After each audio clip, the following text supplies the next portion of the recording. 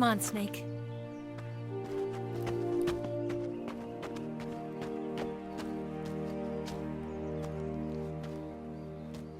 We made it. We made it. Over there.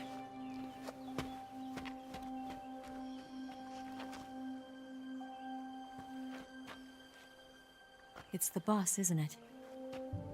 I'll go get the wig ready to take off.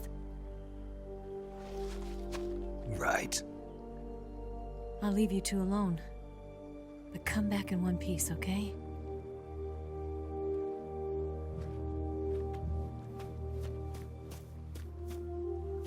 Promise me!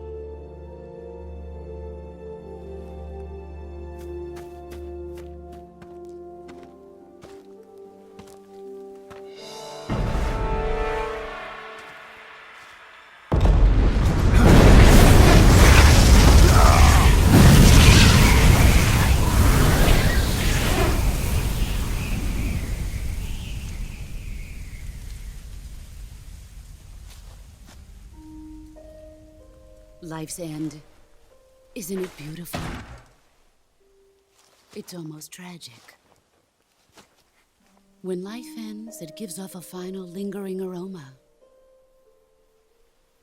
Light is but a farewell gift from the darkness to those on their way to die. I've been waiting, Snake, for a long time.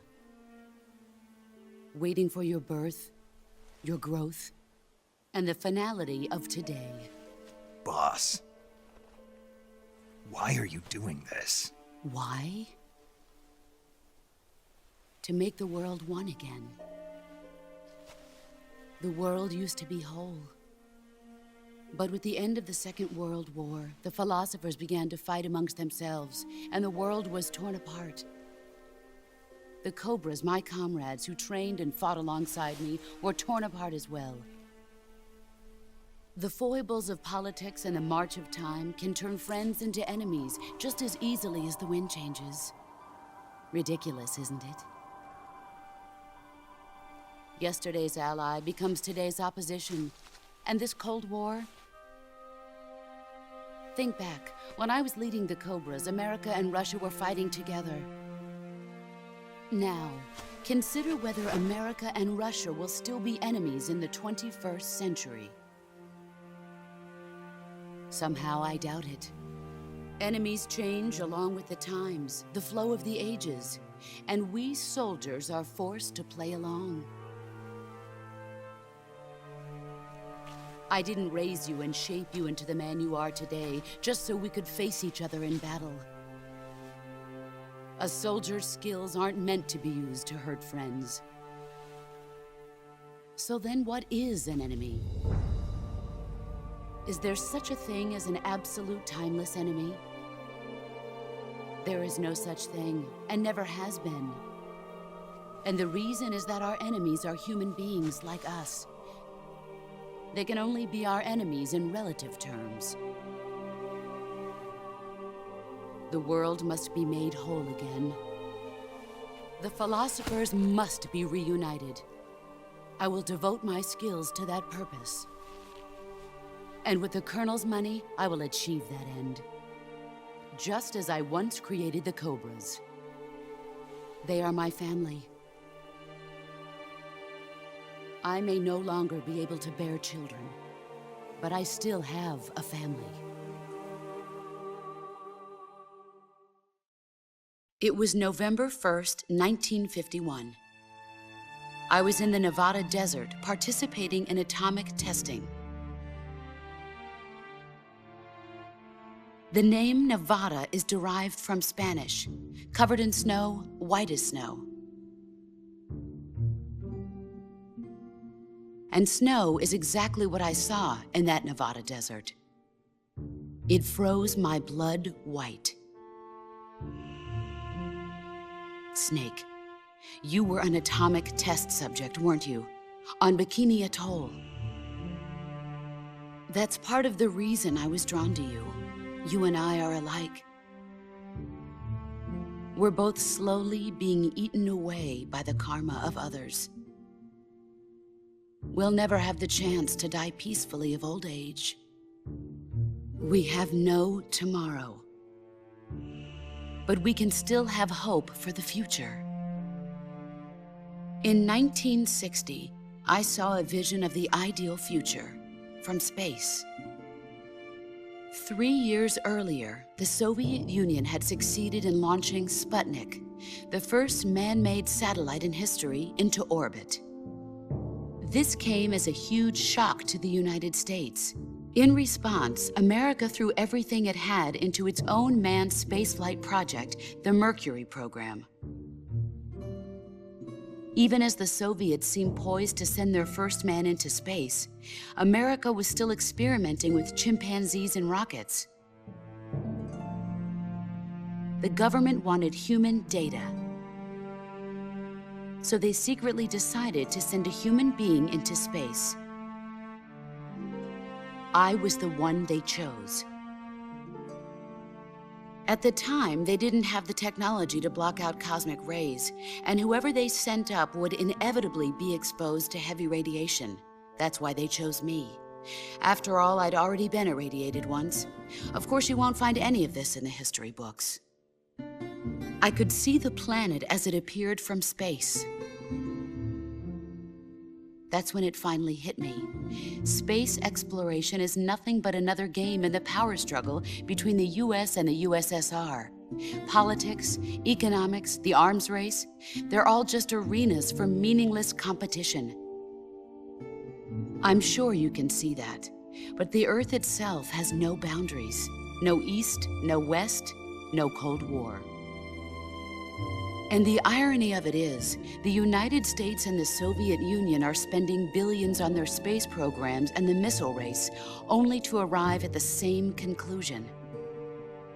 In the 21st century, everyone will be able to see that we are all just inhabitants of a little celestial body called Earth. A world without communism or capitalism, that is the world I wanted to see. But reality continued to betray me.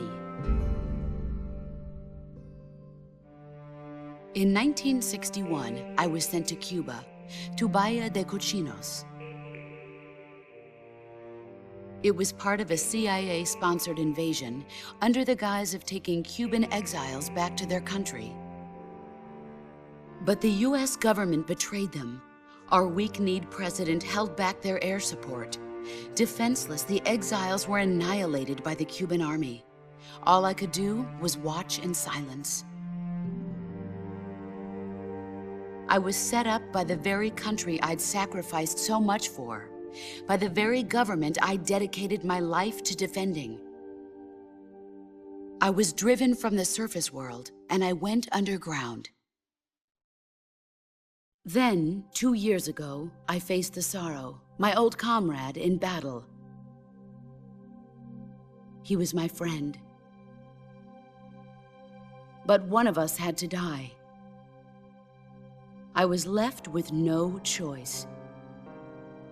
The sorrow gave his life for me. There is no enmity between us. One must live, and one must die.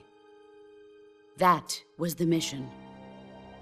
The ones who gave me that mission were the philosophers. Early in the 20th century, the true holders of power in the United States, the Republic of China, and the newly formed Soviet Union gathered together in a secret meeting that would later be known as the Wise Men's Committee. The secret pact they formed there marked the beginning of the philosophers. but the last of the original members died in the 1930s. After that, the organization began to run out of control, and the Wise Men's Committee degenerated into a mere shell of its former self. The philosophers of today have no sense of good or evil.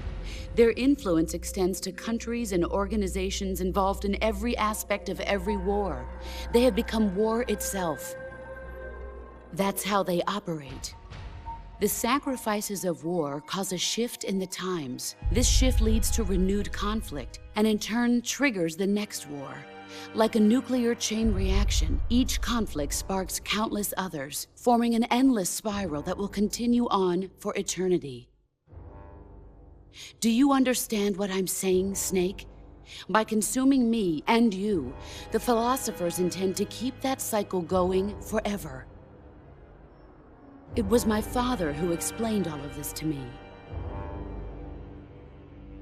He was one of them. You see, I am the last remaining child of the philosophers. But after he revealed the truth, my father was killed by that same shapeless, formless organization. And my father isn't the only thing the philosophers have taken from me. In June of 1944, the Cobras and I took part in the landing at Normandy. We'd been given a top-secret mission to locate and destroy enemy V-2 rocket installations. I was pregnant at the time. The sorrow was the father. I gave birth on the field of battle. A beautiful baby boy. But my child was snatched away from me by the philosophers.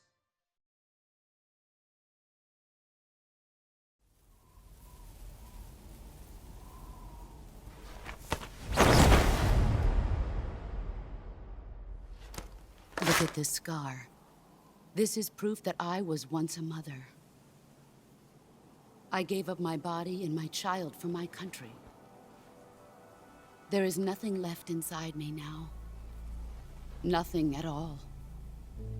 No hatred, not even regret. And yet sometimes at night, I can still feel the pain creeping up inside me, slithering through my body like a snake.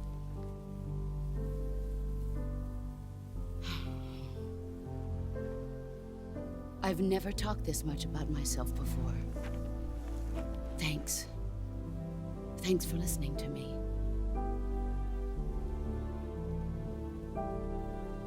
I feel content. Snake, commence the operation. I raised you. I loved you. I've given you weapons, taught you techniques, endowed you with knowledge. There is nothing more for me to give you. All that's left for you to take is my life, by your own hand. One must die, and one must live. No victory, no defeat. The survivor will carry on the fight. It is our destiny. The one who survives will inherit the title of boss.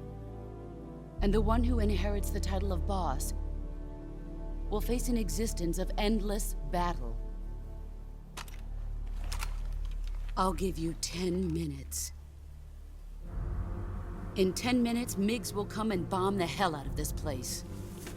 If you can beat me in less than 10 minutes, you'll be able to escape in time. Let's make this the greatest 10 minutes of our lives, Jack. Boss. You're a soldier. Finish your mission. Prove your loyalty. Face me.